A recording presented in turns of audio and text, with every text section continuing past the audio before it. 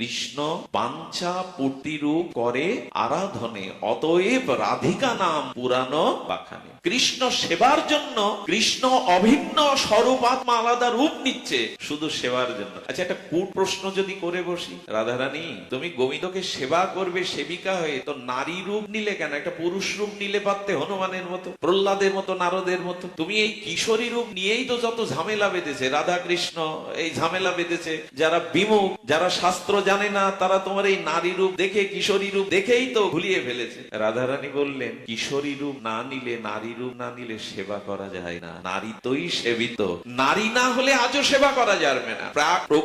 প্রাকৃত রমণী দেহ না পেলে, নারী দেহ না পেলে সেবা হবে না। এখানে হিংসা করে প্রতিযোগিতা করে লাভ নেই। মায়েরা মেয়েরা যেভাবে সেবা করতে পারে 20টা পুরুষের পক্ষেও তা সম্ভব নয়। ওরা যেমন ভালোবাসা অনুরাগ দিয়ে ঘরটা গোছাতে পারে, 7 দিন যদি বাবাজি মহারাজরা বাড়ি থেকে চলে যান, মা চলে যান, 7 দিন পরে গুরুদেবও বাড়ি গিয়ে দেখবে ঘর নরক হয়ে গেছে। কে গোছাবে, কে আদর করে ঘরটাকে স্বর্গ তৈরি করবে? এই জন্য সেবা করতে গেলে নারী তো নিতে হয়, নারী শরীরতে হয়। এই জন্য বৃন্দাবনে কোনো পুরুষের অধিকার নেই, ওখানে সকলেই প্রকৃতি।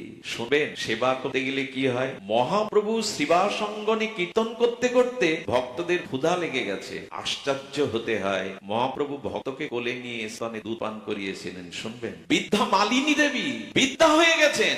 নিত্যানন্দ প্রভু মা মা বলে মালিনী দেবীর কোলে উঠে বলে ক্ষুধা লেগেছে, মাতৃস্তন থেকে দুধ খরিত হচ্ছে। হয় প্রকৃতি ছাড়া, নারী ছাড়া সেবা হয়? পুরুষের বুকে সিরিজ ফুটিয়ে সন্তানের মুখে পুরুষের বুক দিয়ে 1 ফোঁটা দুধ বের করুন তো, অত সোজা না। পুরুষের বুকেও তো রক্ত আছে, স্নেহ দ্বারা দুধে রূপান্তরিত হয় না। এই জন্য সেবা করতে গেলে রাধারানী দাসী তো নিতে হবে। ভগবান তোমাকে চায় না, তোমার সেবা চায়। ভগবান তোমার স্বরূপে মুক্তি চায় না, তোমার সেবা চায়।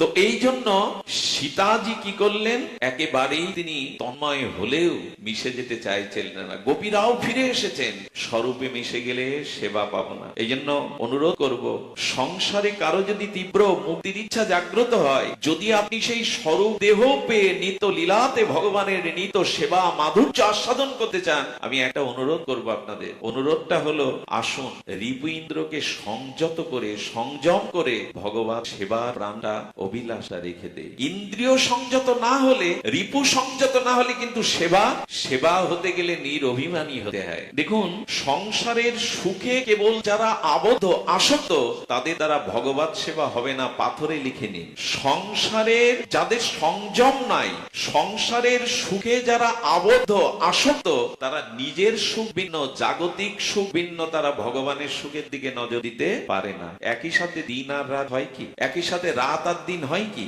একই সাথে আমার ভোগ বাসনা আর ভগবত বাসনা হবে কি? দিন আর রাতই একসাথে হয়েছে জগতে কখনো? তো যেখানে সংযত নাই, যেখানে ইন্দ্রিয় ভোগের লালসা আসক্তি আছে, সেখানে ভগবত সেবা হতে পারেই না, লিখে নিন। তবে এখন উপায় কি? উপায়, নিজের ইন্দ্রিয়ের কামনা বাসনা গুলো, নিজের ভোগ বাসনা গুলো যতদিন সংযত না হচ্ছে, ততদিন ভগবত সেবার বাসনাটা কপটতা মাত্র, মুখে বুলি আওড়ানো মাত্র, কখনো হতে পারে না। এবং জেনে নিন, যার শাস্ত্র বৈদিক জ্ঞান, সমস্ত নিখিল শাস্ত্রের জ্ঞান আছে, অথচ যার রিপু ইন্দ্রিয় সংযত নাই, তার দ্বারা জ্ঞান ভক্তির পথে চলাও সম্ভব কোনোদিনই নয়।